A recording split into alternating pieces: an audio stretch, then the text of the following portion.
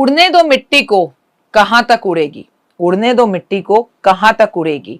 जब हवाओं ने साथ छोड़ा, जब हवाओं ने साथ छोड़ा तो जमीन पर ही आ गिरेगी। नमस्कार, सुस्वागतम, वेलकम, अभिनंदन। मैं हूं आपके साथ आपकी अपनी होस्ट एंड दोस्त डॉक्टर वाई राखी। आपका स्वागत, अभिनंदन करती हूं आपके, मेरे और माता रानी के इस खूबसूरत से, प्यारे से और बहुत ही बेहतरीन यूट्यूब चैनल जिसका नाम है डॉक्टर वाई राखी यूट्यूब चैनल। कैसे हैं आप? ओए हुए, आपका स्वागत, अभिनंदन करती हूँ। आपको जीवन में दिन दुगनी रात चौगनी तरक्की मिले, माता रानी की असीम कृपा बनी रहे, लाइफ में कभी कोई भी परेशानी आपको तंग ना कर पाए, छू ना पाए, और माता रानी हमेशा आपको सद्बुद्धि दे कि आप इस दुनिया के अंदर जब आए हो तो लोगों का भला करने के लिए आए हो, लोगों के लिए कर्म करने के लिए आए हो।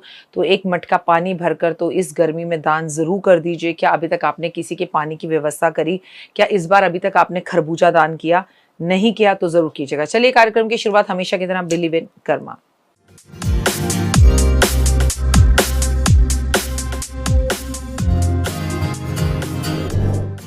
मैं हमेशा आपसे बिलीव कर्मों पर करने के लिए कहती हूँ और कर्मों की बात करती हूँ। और कर्मों की बात अगर इंसान करे तो वो यकीन मानिए, इस पूरे संसार में हम शनि शनि शनि कर डरते हैं, घबराते हैं, परेशान होते हैं, लेकिन जो शनिदेव हमें देते हैं वो जीवन में कोई और नहीं दे सकता।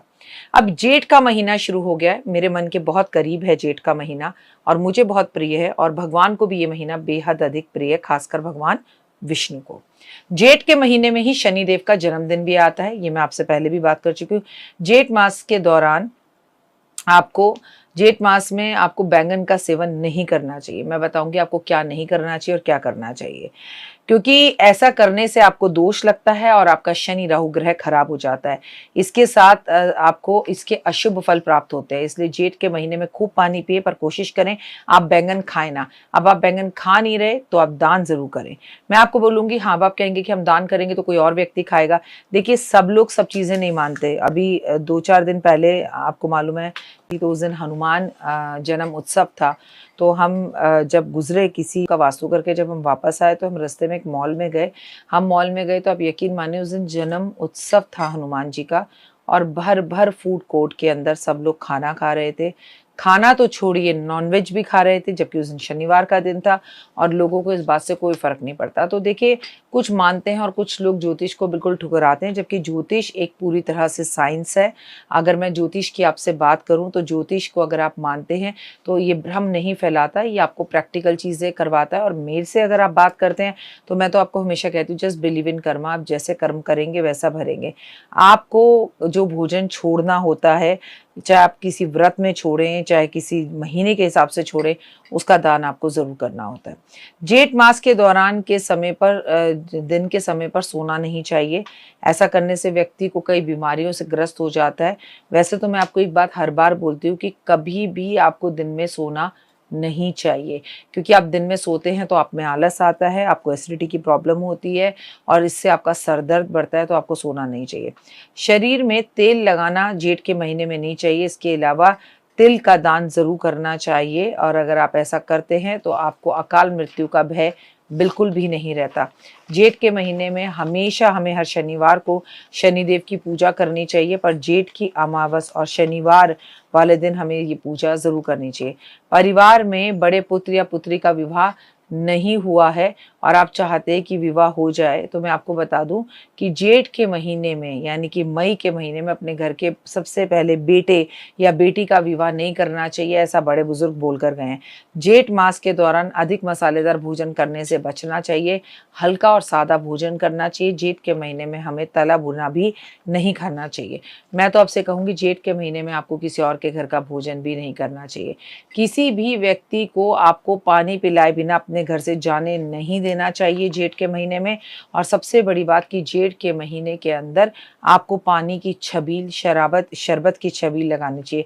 इस महीने में आपको एक समय का भोजन नहीं करना चाहिए। एक समय का भोजन मतलब छोड़ दें और एक समय का ही भोजन करें। जैसे लंच छोड़ दें, केवल डिनर करें, या लंच करें और डिनर छोड़ दें। तो ऐसा करने से आप निरोगी बनते हो और धनवान बनते हो और भगवान की असीम कृपा पर बनती है। इस महीने में तिल का दान फलदायी होता है, और तिल के तेल का दान आपको मालदार बना सकता है। इस महीने में के स्वामी मंगल है, इसलिए इन दिनों में हनुमान जी की पूजा, आराधना, अर्चना जरूर करनी चाहिए, जिससे आपके जीवन के अंदर सभी मनोकामनाएं पूर्ण हों।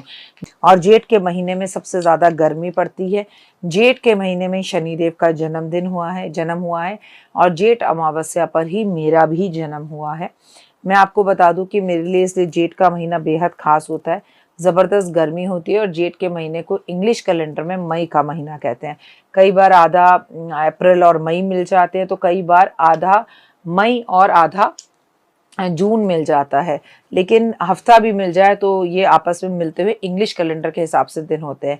जेठ के महीने में मटका, खरबूजा, तिल, पंखा ये दान ज़रूर करना चाहिए। लेकिन अब ज़माना बीत गया तो हम हाथ वाला पंखा तो दान करते नहीं हैं। इस अमावस्या पर ही जो है बहुत पूजा पाठ आराधना अर्चना करनी चाहिए। और जेठ अमावस्या जब भी आती है आपको अपने पितरों के लिए दान अर्पण करना चाहिए। अपने पितरों के लिए आपको पीपल के पेड़ लगाने चाहिए, आपको गीता का पाठ करवाना चाहिए। और जेठ के महीने में जब संक्रांत आती है तो आपको घी का दान अनिवार्य तौर से मंदिर में करना चाहिए। जेठ की जब पूर्णिमा आती है तो उस टाइम पर आपको खीर का भंडारा करना चाहिए, जिससे माँ लक्ष्मी की असीम कृपा बनी रहती है। अगर जेठ के पूरे महीने पर आपने चमेली के पुष्प महादेव पर अर्पण करे तो आपको कभी धन धान्य की कमी नहीं होती। अगर आप जेठ के महीने की केवल 4 शुक्रवार को महालक्ष्मी की स्पेशल पूजा करते हैं और कनक धारा स्तोत्र का पाठ करते हैं या 4 शुक्रवार हवन करते हैं तो भी इससे आपको काफ़ी लाभ होता है और जीवन के अंदर 100% सक्सेस मिलती है। यानी कि जेठ का ये जो पावन महीना है आपको मालदार बनाने के लिए आता है। और ऐसे में कृष्ण की भक्ति करना और मछलियों को तालाबों में खाना देना और तालाब में या किसी जगह पर पानी कम हो गया तो पानी का दान करना, पानी की छबील लगाना, ये कुछ ऐसे चंद काम हैं जो आपको मालामाल और धनवान बना सकते हैं। फिलहाल मुझे दीजिए इजाज़त। अपना और अपनों का रखिए बहुत खास ख्याल।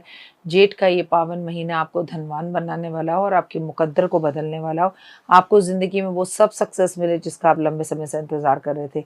लेकिन जब भी जेठ का महीना हो, सावन का महीना हो, कार्तिक का महीना हो, मैं हमेशा आपसे कहती हूँ कि अपनी जेबें खोलें और जमकर दान करें, क्योंकि जो आप देते हैं वही आपको मिलता है। तो जेठ के महीने में श्री कृष्ण भगवान के दर्शन एक बार आपके जीवन में कई लीलाओं को लेकर आ सकते हैं और कई तरह के कष्ट और तकलीफों को दूर कर सकते हैं।